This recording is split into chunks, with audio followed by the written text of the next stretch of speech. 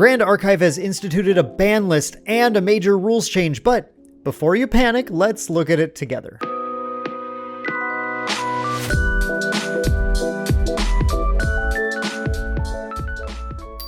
Hey everyone, it's Dan with Maindeck, and I am bringing you another Grand Archive news update video today. It is June 19th, and we just had the first drop of a ban and restricted list for Grand Archive, the very first update for this game during Set 1, which I know can cause a little bit of panic in your heart when you read that, but trust me, we're going to look into this and talk about exactly what's going on here, because it's actually, number one, it's not a big deal, and number two, it's going to show a lot of the foresight that the dev team has as they're looking forward into the game. And in addition to that, we have a major rules change, which is going to create a fairly decent, I think, impact in the meta. So we're going to look at both of those two things and talk about exactly what's going on. Now, before I jump into this, I want to mention that these articles are available on the Grand Archive website, GATCG.com.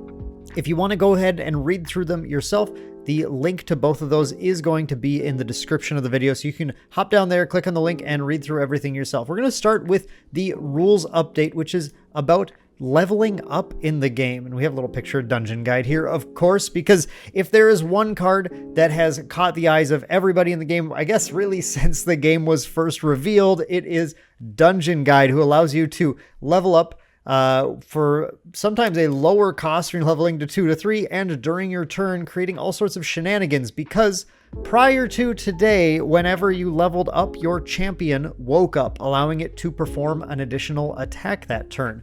And the new change here, as it says right there in the blue text, is the champion leveling up will no longer wake it up. This is a pretty major change because it is going to impact the aggressive, specifically the Lorraine decks right now. The very aggressive wind and fire decks that were utilizing Dungeon Guide on turns, they would level to Lorraine level 2, Blade Master get the +2 damage to their attacks, they would attack, then Dungeon Guide on that turn, level to 3, get to attack again, but now using Crux powered attacks. Especially if they would pop a bunch of infusions onto their sword and then attack for 1,000,000 damage afterwards. Definitely created some powerful game-ending combos in Lorraine. Both wind and fire variants definitely would take advantage of this. And it wasn't just Dungeon Guide, it was Beseech the Wind 2, as they have right here. These were both very potent cards, and still are very potent cards, but that extra ability to level up and attack again was simply sort of, beelining everyone into this one particular strategy. And I think that actually by removing this strategy, it is going to spread out the amount of available strategies and effective competitive strategies that people can use in order to, keep the meta more diverse. I think it's a really good idea. One thing they mention here in the article too that's really important to think about is as they're going forward in the game, we're going to be getting a number of other classes being added. We're going to be getting Ranger, Guardian, and Cleric, which I don't think is going to be a big deal, but I think Ranger and Guardian in particular, I'm trying to find where it is. It's written somewhere in here. Ranger and Guardian and Warrior are all going to be attacks that want, or classes that want to attack a lot. So keeping in mind that they decided to sort of nerf this leveling, waking up strategy out of the game, they've been developing with that already in mind for set 2, 3, 4 onward. So this is something that the devs have been actively working with and is going to allow them to spread out the strategies a little more and not always beeline on this sort of leveling up strategy, level up, attack again. It has some other implications that I think are pretty interesting here. They point out Freezing Hail. Freezing Hail is a card that I have definitely been toying with quite a bit, especially in control water builds where it's obviously the best. Freezing Hail does 2 damage to a target unit. That unit doesn't wake up during its controller's next wake up phase, and that means you can target a champion with it. And if that champion is currently rested, they are not going to wake up during the next wake up phase, which can actually prevent a Lorraine deck from even being able to kill you that turn. The problem, though, being that if they would just choose to level up from 2 to 3 or something during that next phase, then it had absolutely no benefit whatsoever other than dealing 2 damage to them. Or if they would, even if you would hit them early, they could just use a Dungeon Guide to go from level 1 to 2 or something. Yeah, it meant that spell felt fairly neutered a lot of the time in what it was trying to do to try and slow down the opposing champion. However, It's a potential now that the spell is too strong, because if you chain Freezing Hails on your opponent with no other ability to wake up other than if they can get to level 3 and then draw like a Spirit's Blessing, they might be able to wake up their champion and attack with it. So it's not like a total death knell. Now they do note that Freezing Hail is a card that they're going to continue to monitor going forward, because as we do introduce these new classes like Guardian and Ranger that do want to attack just as much potentially as the Warrior does, Freezing Hail could start to be pulling quite a bit more weight than it really needs to. So they do mention that they're going to be keeping an eye on it. So just be aware of that. The one thing I always like to stress about this game is that the dev team at Weebs of the Shore is very, very good at being tuned in and trying to make very smart adjustments to the game. And this is one example of, I think, a very critical ruling change that is going to really just open up strategies going forward. And I'm really happy to see this kind of thing. Now, what's it going to do for the metagame in general? Well, I think if you guys have been following our deck profiles, the Wind Lorraine deck profile, one of the first ones we posted for the game, I think that deck is still going to be viable, although changes might need to be made to it a little bit. It is highly focused on trying to pull off a very fast kill combo using Dungeon Guide or Beseech the Winds, and it is going to, I think, more often want to focus on going wide, because one element of this whole change is that while this is going to nerf both Lorraine decks and to a smaller degree, but to a degree as well, Xander decks, this is a change that does nothing to the power level of mage decks, Rye and Merlin. We do actually have a Merlin deck profile coming this week as well, I believe, so stay tuned for that. But the mage decks don't care whatsoever about waking up when they level up, so it doesn't really matter for them.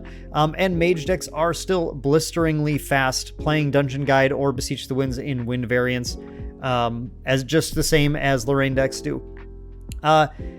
So I think we're going to see what the implications on the metagame are. Now, we're only going to have a couple of months of this metagame, but there are going to be regionals that are taking place with this metagame, which they mentioned is the reason why they're pushing this out right now before the regionals.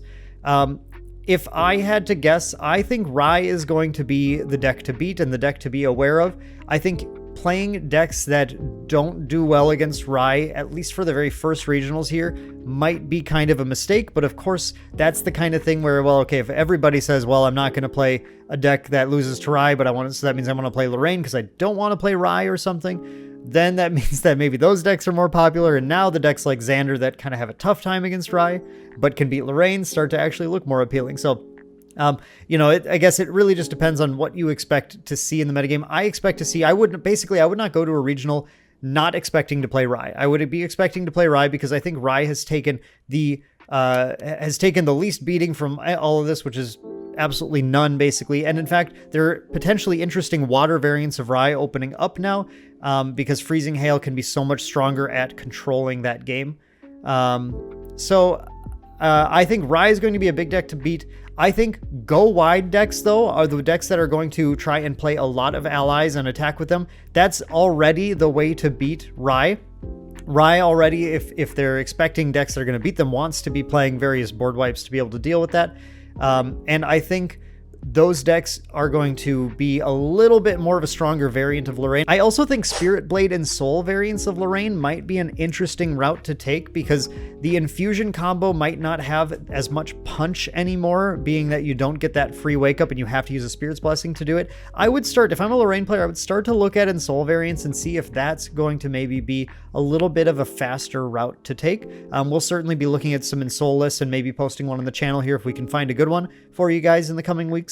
But I also think, I guess this is a boon for Tamer as well. Tamer doesn't care too much about tapping, and Tamer does like to go wide. So props to you guys if you're out there exploring Tamer, trying to come up with the strong builds. We are still working on Tamer lists, trying to find a decent one. But I think really what you're going to be looking at is a metagame that is highly focused on Rye and Lorraine. Rye trying to be one of the variants, either Erupting Rhapsody or, like we just posted, the Arcane or possibly Mana Weaver version of Rye. That's still just going to be a strong and fast deck. Lorraine decks that like to go wide are going to see a bit of an improvement, And on the flip side, Lorraine decks that like to attack are going to be able to eat up the go wide decks by utilizing Lorraine Blademaster's on-kill ability with a cleave attack. So I think it's going to be an interesting metagame where there are multiple variants of Rye and multiple variants of Lorraine. Then they all have different sorts of matchup strengths against each other. The Rye decks tend to be kind of coin flippy. The Lorraine decks are going to come down to whether you're the one going wide or the one playing the attacks, and potentially both actually in the same build. Also, like the Win Lorraine can kind of do both. And I think there's that Rogue Xander element still that's going to come into play. I think Fire Xander decks are a little more affected by this, unfortunately, but they can still go very fast. Whereas Water Xander decks don't really care too much about this, but are not really a good matchup with Rye, but quite a good matchup with Lorraine. So that's kind of what I think of the metagame going forward with this, but I think overall this is a great change that's going to have a great impact on the game's design going forward as we go into set 2 and beyond. So the other thing we need to talk about is this ban and restricted list. Now, are we afraid of this? Absolutely not. Here's what's going on. Really, this is Weebs of the Shore showing that they are out here watching things, just trying to be ready, being basically... I think of Weebs of the Shore as a company that punches above their weight class here. They are treating this game truly like it is the next, Magic the Gathering, just a big serious game by a serious company. And I love that they're posting this ban and restricted list right now, just showing you, here's what we're watching, here's how we're going to be taking care of things going forward. They have the next announcement date, which is on the release of Fractured Crown, August 25th. What is banned right now? Well, cards that you weren't going to be able to play anyway. So the cards that are banned in standard, it's interesting that they mentioned the standard format here, is what they're talking about. So there is the door open to release different formats going forward, but cards banned in standard are the 2 sealed deck cards. If you missed that, we did a video talking about what these are going to be like, how they're going to impact sealed deck, but these are cards that are releasing on August 25th that are sealed deck only already. So this is really just clarifying, yes, they are banned in standard. They are sealed deck only. And then a card, Imperious Highlander, that you've probably never seen before, because this is a new reveal for us. Here we go. Imperious Highlander is a 3-cost, 2 attack, 2 health. On enter, Imperious Highlander gets plus X attack until end of turn, where X is the amount of allies target opponent controls, more than you control. So this is kind of an interesting card that against a big go-wide board, this thing comes down and can be an absolute beast on the first turn. 3 cost for a 2/2 is already, solid enough. Those are all right stats, and the fact that it can just come down and be huge and smash for a bunch of damage is going to be kind of interesting to see. I'm curious to see what decks want to play this card. It's a random common, I guess, from the set, but the reason it's banned is because there is a promo version coming out of Imperious Highlander somewhere, unannounced how you're going to get it. It is coming out before the release of Fractured Crown on August 25th. So basically, this is just clarifying that Imperious Highlander, which is releasing before Fractured Crown in a promo form, but is coming out in the set Fractured Crown, is not legal until August 25th, when Fractured Crown releases. They'll do a ban and restricted update at that point, and then the card will become legal. So really, it's just a temporary ban for a couple of months in case you get your hands on the promo copy, just saying, no, you can't throw this in your standard deck until the set actually releases. That's all. That's all that's really banned here. That's nothing to worry about. Nothing to worry about at all. No Dungeon Guide bans, no Lorraine bans, no Crux bans. None of that stuff's happening. But they do mention that they have a watch list now, and this is kind of cool. So watch list is categorized a lot like a hurricane. We have category 3, the cards that are banned and restricted. Category 2 are cards they consider very problematic and are heavily watched for potential future legality changes and category shifts. So this is nice. This is basically letting you know, okay, if you want to play your cards safe, if you want to not invest money in something that ends up being banned, these are the cards that you probably want to avoid if you're really, really trying to be as safe as possible. Now, it's not like these are expensive. Sword of Avarice is not an expensive card. I actually don't remember the cost of Reckless Conversion off the top of my head, but I don't think it's terrible either. So it's not like that's a big deal, but it's just really nice. And as future cards come out, you'll be able to know ahead of time if they're looking at potentially banning something in advance. The reason they're looking at these two, Sword of Avarice is obviously the go-to strategy in that Spirit Ruler Lorraine deck, where you're just trying to pop out your Drawn Blade when you get to level 3, and then Spirit Blade Ascension, whatever weapon you have, in for Sword of Avarices to keep drawing a million cards to extend your turn super long, because Ascension just gets to skip that 2 cost and just draws 2 cards when it comes into play, and drawing cards is great.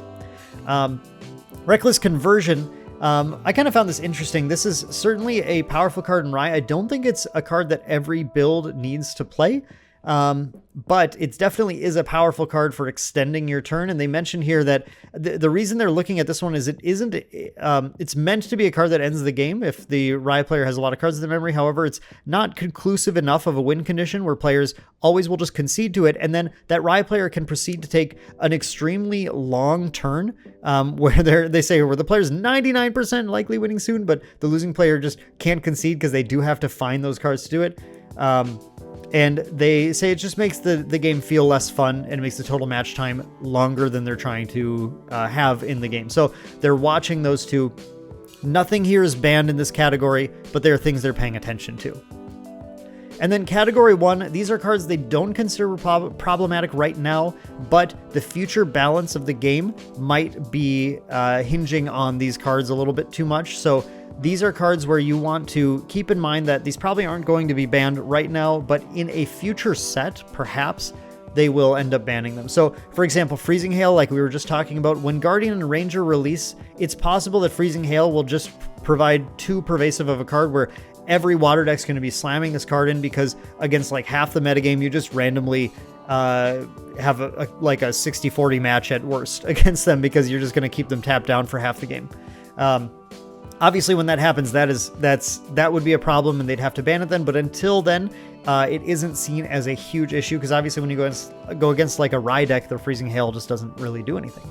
Varric's Smoldering Spire is here because it is completely shutting down any prevention effects for this fire deck, and the upkeep isn't usually an issue because these fire Rye decks win on one turn, so they're just going to go drop drop Varric, and then Erupting Rhapsody you, and you lose the game. And so it doesn't matter that it has upkeep, it just prevents the opponent from interacting with it. And as they've been developing the game, they've decided this design space of prevention is a particularly important one to them. So having a card that just straight shuts it all off entirely doesn't feel like a healthy thing to design around. So they're keeping it for now, but it's something that might change as, you know, the game develops and prevention becomes so critical and fire decks maybe become so explosive that it's just not a fun matchup to play. Tactful Sergeant, Creative Shock are both are both being looked at just for very similar reasons. Both of them in their respective decks are just pulling so much weight. Creative Shock, especially in Rye, but really in a lot of fire decks, is just a go-to card because drawing 2 cards and then discarding a floating memory card is a massive advantage, and it's the card, as a Rye player, the card you want to see every single game, as many copies as possible, because it gives you so much forward momentum.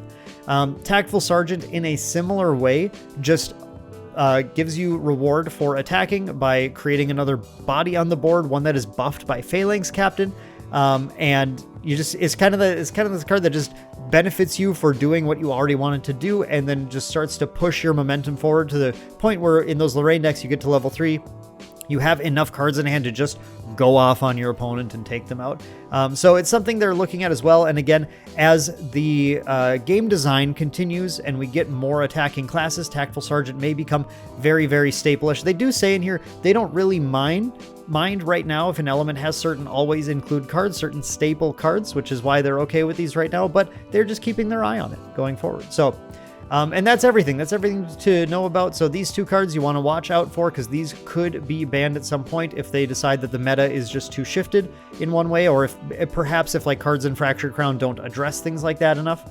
Because both of these cards have potential answers in Fractured Crown in the new material deck card that can stop your opponent from drawing too many cards in the turn. And all of these cards are ones that are just obviously good and ones that they're keeping their eye on. And as the game continues, these may start to make their way up that category list to the point where they might get banned.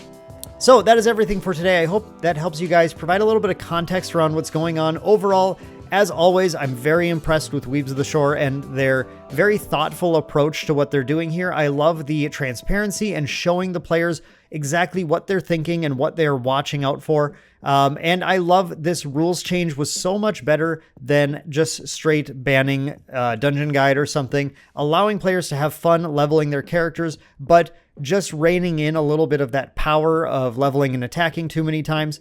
Now, how will it impact the meta? I think Rye is very well positioned, so we'll have to see. But I think there are Lorraine decks that are still very, very good against Rye, and the Lorraine decks just might need to adapt a little bit. And then if Lorraine decks can find ways to beat Rye consistently, Xander comes in and is able to kind of take them out. And there's still the sneaky Fire Xander decks and stuff that can do quite a bit. And once we get Fractured Crown, I think Sylvie's really going to have some time to shine too. We're going to get Tamer decks, and Tamer decks will really threaten Rye decks in Fractured Crown meta, because Tamer is all about getting those dudes on the ground and attacking with them, and that is Rye's nightmare. So yeah, that's gonna do it for today, guys. I hope that was an informative and interesting video for you guys. We will have some more Grand Archive content coming this week, but I just wanted to make sure we showed you guys this update and caught you up to speed. So let me know what you think about Weebs of the Shore's approach to bans and restrictions and the rules change in the comments below. I'd love to have a chat with you guys down there. I try to respond to as many comments as I can, so would love to get that. And of course, if you did enjoy the video, a little like and subscribe help the channel out a ton. Really do appreciate seeing that from you guys. So until next time, until our next Grand Archive video or other TCG content, you guys take care, have a good one, and thanks for watching. Thanks for watching another Maindeck video. You can support Maindeck by shopping at tcgplayer.com using our affiliate link. Check the description of the video for details. Maindeck is sponsored by JW Sports Cards and Gaming. Visit jwwcards.com and by our amazing patrons. Get exclusive content and other cool perks on the Maindeck Patreon. And hey, while you're here, I bet you'd like one of these videos. Go ahead, click one. I know you're gonna love it.